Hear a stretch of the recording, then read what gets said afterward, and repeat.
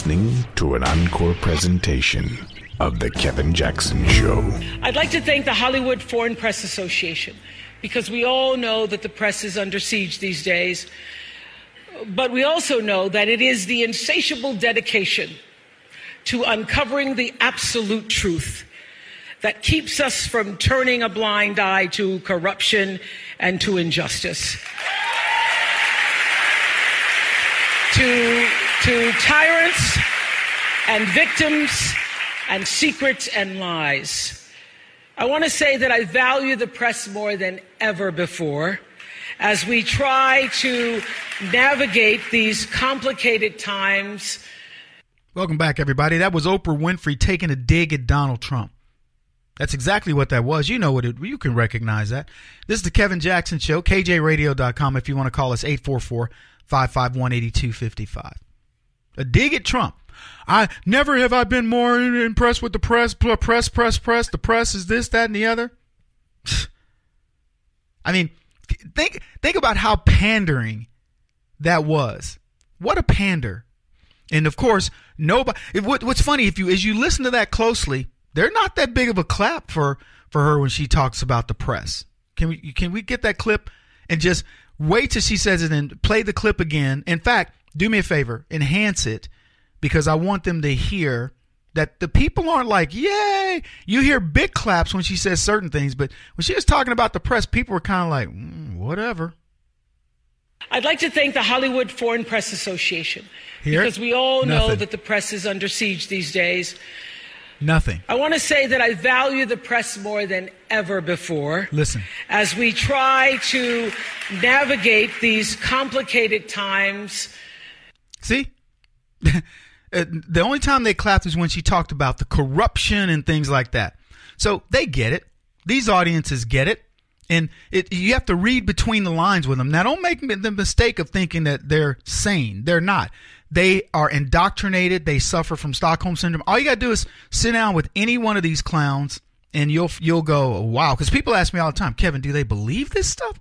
Oh, they believe it. They absolutely believe it.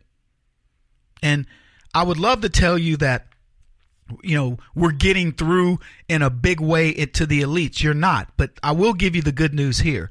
It filters down. When you get outside of these bubbles, this DC bubble, the Hollywood bubble, the regular world, they go, y'all ain't selling me on it. What? Shoot. Don't, you better not believe. But the problem is we aren't marketing to them in a way that it reaches them. Hollywood doesn't have nearly the impact that it used to have on the people below them. DC, the elites, don't have nearly the impact. And it's because of exactly what Oprah was talking about.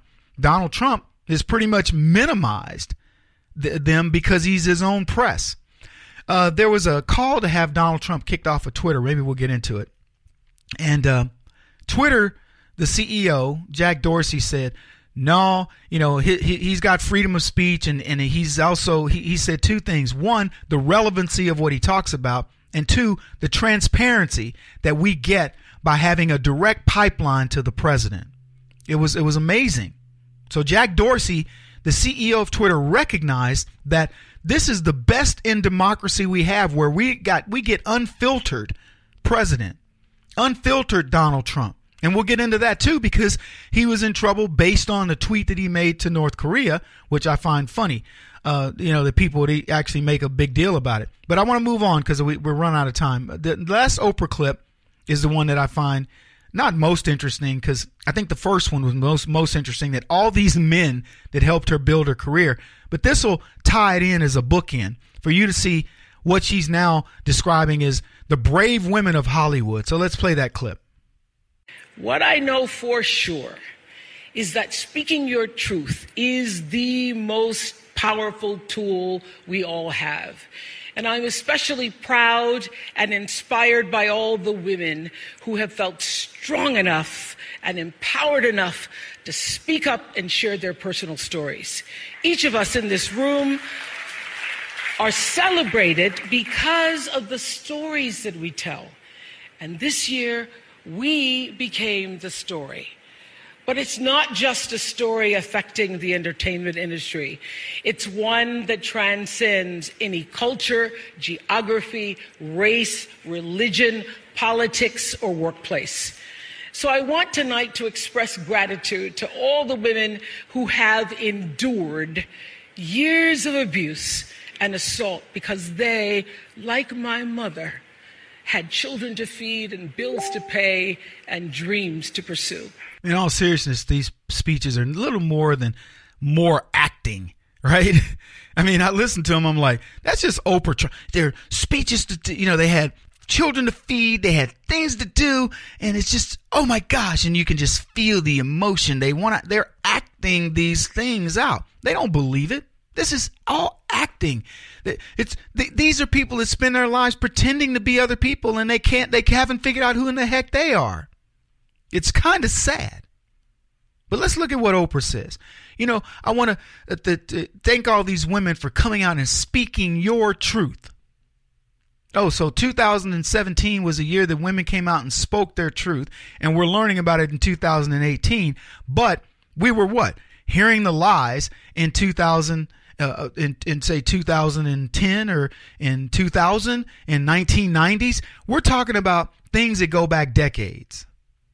And the women of today are, oh, you're so brave that you're coming out 35 years later to accuse somebody of something. Look, I don't know whether you did or you didn't, whether things happened or they didn't. But I'll tell you this, what I've learned in my life is if something happens to me, I'm going to go confront it right away. What I've taught to everybody that around me, sisters, children, you name it, is you confront. You don't wait. You don't let it fester. You don't let people think that they're going to hold something over your head. You confront it. That's the way you solve problems. And the problem with the left is think about it. It's such, I mean, the elixir of the power and the fortune, the fame and fortune that you get when you get a Hollywood career is amazing. I was thinking about this the other day. You could be, I'll use Alan West as an example. Alan's a buddy of mine, and we've gone to events, and Alan is, he gets a lot of attention. People come, oh, there's Alan West. Ooh, there's Alan West. And I remember 5 years ago when people sent me a clip of Alan, and I was like, I don't know who he is. And if we want to measure, he surpassed me in terms of notoriety. I don't care. Congratulations to Alan. Because we went to CPAC one year. We're both walking through the place, and everybody's like, Alan West, Alan West, Alan West. And I'll never forget one girl going, oh, Kevin Jackson. No. It's like, yeah, I'm here. Yeah, hello.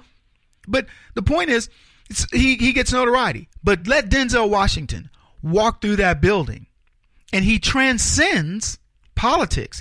He's huge. He's well known. So I don't know whether you want that or you don't want that. Do you want to be known in just your circles, or do you want to be known nationally? Me personally, I don't want to be known. If I had my druthers, you wouldn't know who I was. I would be the dude behind the scenes. But I can tell you there are people who crave that. They want that. And they're willing to do it at all cost. And at the time when they do it, they see it as it's the cost. It's the price of fame. It's the entry fee to get to where I want to go.